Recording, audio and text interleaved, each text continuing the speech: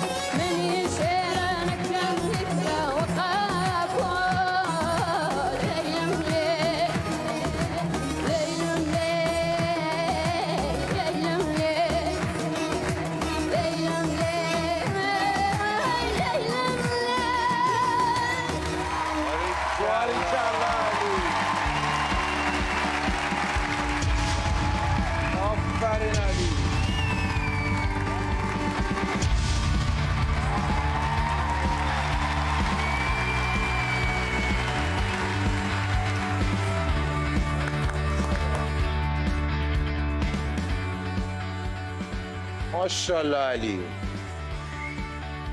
من یادت باشه اجرای قبلیت هم یه چند ثانیه‌ای از اجرات گذاشت، اولین رأی مثبت رو بهت دادم. ماشاءالله کنترل، تحریرهای درست به موقع، همه چی سر جاش، تیون، کوک دیگه، هر چی سر ریتم، همه پکیج رو کامل داره. ولی با این ابعاد آدم باورش نمیشه یکی تو این سه با این ابعاد داره اینجوری واسمون میخونه. خیلی عالی، باریکلا، لذت بردم. همون عشق کردم. خیلی ممنون. علی جان تو یه پدیده بی برو برگرد. مرسی، ممنون. یک استعدادی واقعا. خیلی ممنون. موفق باشی، فقط همین میتونم بگم. کلی لذت بردیم. یادم هم بود قول دادی که لوری بخونی این بله دفعه. لوری الان میخونم. چه عالی. علی جان عزیزم خیلی ممنون ازت. از مرحله قبل تا الان یه چیزی تو دلم مونده بود که میخواستم بگم.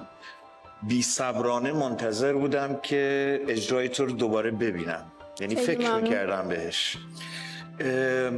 به نظر من اگر توی این دوره عصر جدید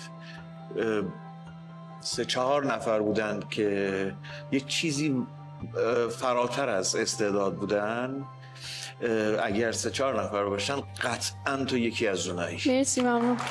خیلی ممنون.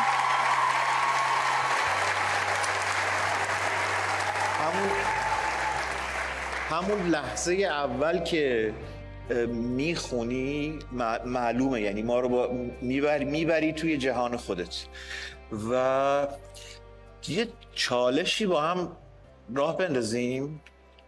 میخوام بیشتر به خودم ثابت شه ها که اشتباه نمی کنم. مثلا اجازه هست یا نه؟ خواهش میکنم. آقا لوری هم قرار بوده بخونه. حالا لوری هم میخونه. مثلا میخوام یه چیز سخت، مثلا توی یه دستگاه ایرانی، نمیدونم اصفهان، شور اصلا. خب برای من میتونی یه بخش از این دستگاهو بخونی؟ بله چشم. خودت چی راحت تری؟ خودت چی راحت تری؟ همون شور رضوی میخونم. اوه سخته کاره؟ بله خیلی سخته.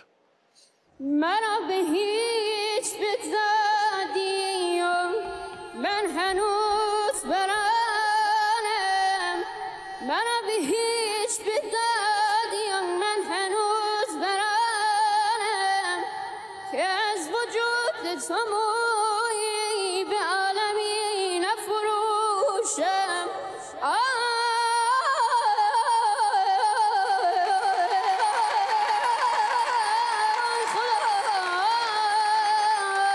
بیا چی میگیری؟ ماشاءالله بابا ماشاءالله. چطور بود؟